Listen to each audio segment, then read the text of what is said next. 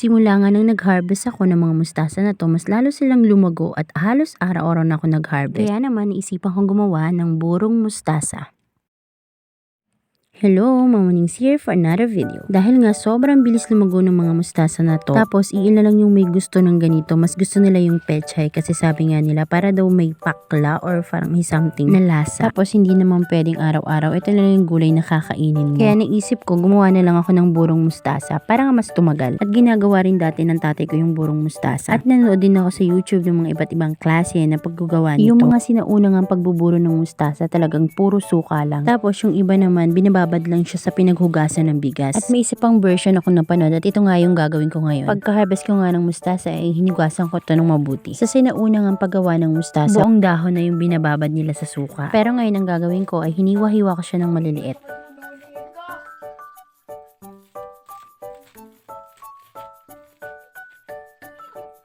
Pagkatapos ay nilagyan ko siya ng asin, nilamas-lamas ng konti hanggang sa magtubig siya. Pagkatapos ay piniga ko lahat ng katas.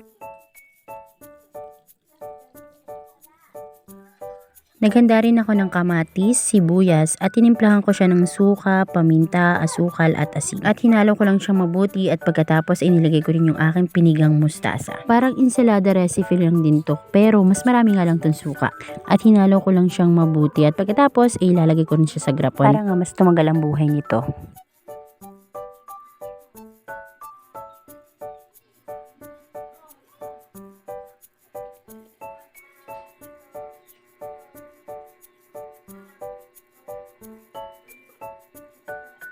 Mas masarap nga itong burong mustasa sa mga pritong galunggong o kahit anong klaseng prito. Lalo na siguro kung pritong liempo. Pero ngayon, pritong isda ang meron ako. Kaya kain tayo. Promise nakakagana talaga siyang kumain. So ayun lang for today's video. Thank you for watching. Bye!